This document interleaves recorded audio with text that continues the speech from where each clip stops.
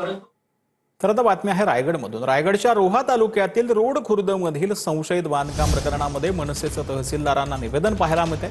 बांधकामामध्ये निलेश चाकणकर, आकाश चौधरींची भागीदारी असल्यानं अनेक प्रश्न उपस्थित होतात। प्रकरणाची चौकशी करण्यासाठी मनसेचं तहसीलदारांना निवेदन पाहायला मिळते। बांधकाम नियमबाह्य आढळल्यास कठोर कारवाईची मागणी करण्यात।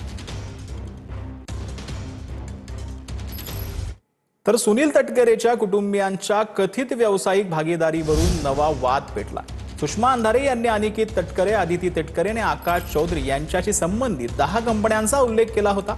यावर प्रतिक्रिया देताना विकास गोगावले यांनी सोमय्या आणि शेकापचे जयंत पाटील यांच्या जुन्या आरोपांचा दाखला देत पूर्वी 150 कंपन्यांचा उल्लेख झाला होता, मग आता फक्त 10च कंपन्या का समोर आल्या जात आहेत असा सवाल जो आहे तो उपस्थित केला। कंपन्या नाहीयेत। मुलामध्ये त्यावेळेला सोमय्या साहेबांनी 150 कंपन्या सांगितल्या होत्या। जयंत पाटील त्यावेळेला, जयंतभाई पाटील त्यावेळेला त्यांनी 150 कंपन्या सांगितल्या होत्या। मग एवढ्या लगेच प्रायव्हेट लिमिटेड कंपन्या डिमोलिश कुठं झाल्या? आता मी अधिक बोललो तर मग लगेच उद्या माझी हेडलाईन लागणार आहे। म्हणून जे काय ते आता त्याच्या बाबतीमध्ये जो काय तपास येईल ते समोर आपल्याला या ठिकाणी येणारच आहे। धनंजय मुंडेंची नार्को टेस्ट करावी, सर्व सत्य समोर येईल असं करुणा मुंडेंनी म्हटलं। धनंजय मुंडेंची 2 लग्न झाले आहेत, 5 मुलं आहेत असं करुणा मुंडेंनी म्हटलंय। 2 अपत्याहून अधिक अपत्य असल्यास आमदारकी लढवता येत नाही। धनंजय मुंडेंची 5 मुलं आहेत, आमदार कसे झाले असं करुणा मुंडेंनी म्हटलं। एकदा जरी धनिया मुंडेचा नार्को टेस्ट झाला ना, पूर्ण कोणकोणते मंत्रीकडून इसने लडकी पाठवलेली आहे, काय काय केलेला, कोणाकोणाचं खच्चीकरण केलेला सगळं समोर येईल। पहिली शादी असताना आणि दुसरा लग्न केला, 5 मुला बाळा केले आणि GR आहे की 5 मुलाचा बाप जे आहे ते आमदार होऊ शकत नाही, आमदारकी लढू शकत नाही। तरी पण आमदारकी लढली। आमदारकी लढल्यानंतर मंत्री पण झाले।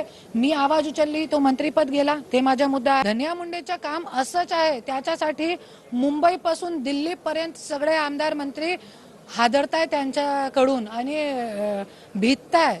कशासाठी? हेच सगळं सोबत केलेलं आहे त्यांनी। माझ्याकडे सगळे पुरावे आहेत। पण हे पुरावे तुम्ही आता समोर आणणार? सगळे पुरावे समोर आणणार आहे मी। आणि याच्याच चौकशी, SIT चौकशी, CBI चौकशी, नार्को टेस्ट जे आहे धनिया मुंडेच्या, त्याच्यासाठी मी मागत आहे की एकदा जरी धनिया मुंडेचा नार्को टेस्ट झाला ना, पूर्ण कोणकोणते मंत्रीकडून इसने लडकी पाठवलेली आहे, काय काय केलेला, कोणाकोणाचं खच्चीकरण केलेला सगळं समोर येईल। तर मागच्या काळामध्ये केलेले एकनाथ खडसेंचे पाप आता पुढे यायला लागलेले आहेत। जळगावचे आमदार चंद्रकांत पाटील यांनी खडसेंवर टीका केली। खडसेंवर टीका केल्यानं नाही तर स्वतःच्या कर्तृत्वानं मोठा झालो असं पाटील यांनी म्हटलेलं आहे। स्वतःच्या घरातील लोकांना निवडून आणून देऊ शकले नाहीत असा टीका देखील यावेळेला चंद्रकांत पाटील यांनी केली। जिल्ह्याच्या सर्व स्वतः तुम्ही म्हणून घेत होता, आम्ही तुम्हाला म्हणत नव्हतो, तुम्हीच म्हणून घेत होता। त्या टायमाला मधुकर सहकारी साखर कारखाना बंद पडला आहे। जळगावची MIDC कधीच उठू शकली नाही, कधीच बनवू शकले नाही। पण तुमच्यासारख्या अशा भ्रष्ट माणसाने आशावादी चर्चा करणे हे अतिशय सूर्यावर फुकण्यासारखं आहे। तुमची लायकी तुम्हाला माहिती, तुम्ही इतका मोठा की माझ्यावर बोलल्यावर लोक मोठे होता। आम्ही आमच्या कष्टाने मोठे झालो आहे, तुमच्यासारख्याच्या नाही। तुमच्या कुटुंबातले तुम्ही मोठे करू शकले नाही, मुलगा निवडून आणू शकले नाही, मुलगी निवडून आणू शकले नाही। तुमची काय कुवत आहे सगळ्या जगाने पाहिलेली आहे। खासदार रवींद्र वायकर यांनी केंद्रीय रेल्वे मंत्री अश्विनी वैष्णव यांची भेट घेतली आहे। दादर रत्नागिरी बंद झालेली पॅसेंजर गाडी पुन्हा सुरू करण्याची मागणी केली, मात्र अशी सेवा सुरू करणं शक्य नसल्याचं स्पष्टपणे सांगितल्याचं वायकर यांनी म्हटलं आहे।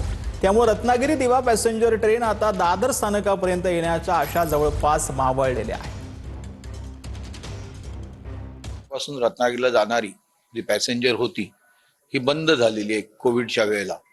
म्हणजे 25-30 वर्ष चालणारी ही गाडी ही बंद झालेली आहे आणि ती गाडी पुन्हा सुरू करावी असं त्यांनी मला विनंती केली होती। त्या पद्धतीने मी वैष्णवी साहेबांना ते पत्र दिलं होतं। तर ही गाडी पुन्हा दादरपर्यंत या किंवा CST पर्यंत तुम्ही घेऊन चाला। तर त्याने सांगितलं हे आता तरी शक्य होणार नाही। मी खूप त्याच्यावरती विचार केलाय, प्रयत्नही केलेले आहे, पण ती काय तेवढी ते वेळेचा गॅप आम्हाला मिळत नाही।